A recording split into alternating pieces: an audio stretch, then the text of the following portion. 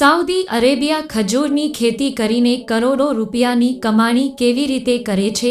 તો ચલો જાણી એ ખજૂર ઉગાડવા માટે કઈ બાબતોનું ધ્યાન રાખવું પડે છે. આઝમ સાઉદી અરેબિયાના અલકરામ શહેરમાં અબુ અયાસ ફાર્મ વિશે વાત કરવા જઈ રહ્યા છીએ, જ્યાં લાખો ખજૂર ઉગાડવામાં આવે છે અને દરરોજ ટ્રકમાં ખજૂર લાવવામાં આવે છે.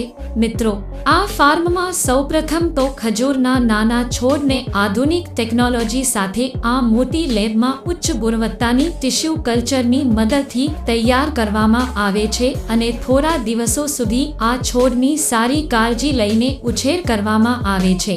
જ્યારે આ છોડ વાવેતર માટે તૈયાર થાય છે, ત્યારે આ છોડને ખેતી માટે જમીનમાં રોપવામાં આવે છે અને થોડા જ સમયમાં આ છોડ 1 થી 2 વર્ષમાં ફળ આપવા માટે સક્ષમ વૃક્ષો બની જાય છે.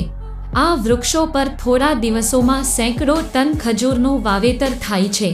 પરંતુ જો આપણે વૃક્ષને આમ જ છોડી દઈશું અને ખજૂર ઉગવાની રાહ જોતા રહીશું તો ક્યારેય ખજૂર આવશે નહીં.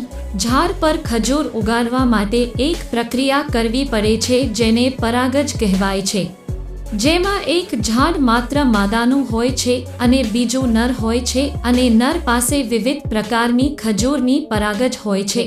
આથી ફળ આપવા માટે તેને ફળદ્રુપ બનાવવું પડે છે.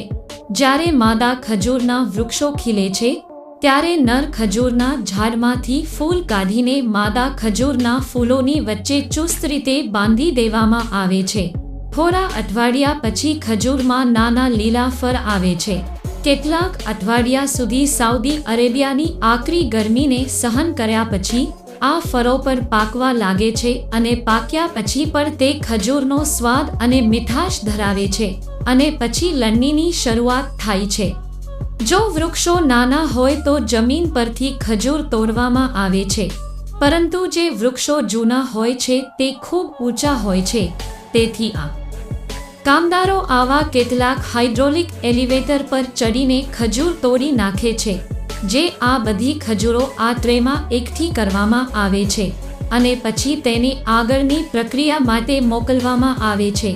અને આ ફેક્ટરીમાં સૌથી પહેલા ખરાબ ખજૂરોને અલગ કરવામાં આવે છે અને તેના આધારે તેનું ગ્રેડિંગ કરવામાં આવે છે. વિવિધ રંગો અને કદ પ્રક્રિયા માટે આ ખજૂરો વોશિંગ યુનિટમાં જાય છે, જ્યાં તેમના પર ફસાયેલી ધૂળને સારી રીતે સાફ કરવામાં આવે છે. આ ખજૂરો આ રોલિંગ બ્રશ હેઠળ પસાર થાય છે, જેના કારણે તેમના પરનું પાણી સુકાઈ જાય છે. હવે ખજૂરો પર જે પણ ગંદકી રહે છે તે આ દબાણયુક્ત હવા દ્વારા સાફ કરવામાં આવે છે અને પેકિંગ વિભાગમાં જતા પહેલા તેને આ સેન્સર હેઠળથી પસાર કરવાનું હોય છે. આ ખજૂર આ સેન્સરથી 360 ડિગ્રી નીચે રોલ કરતી હોય છે.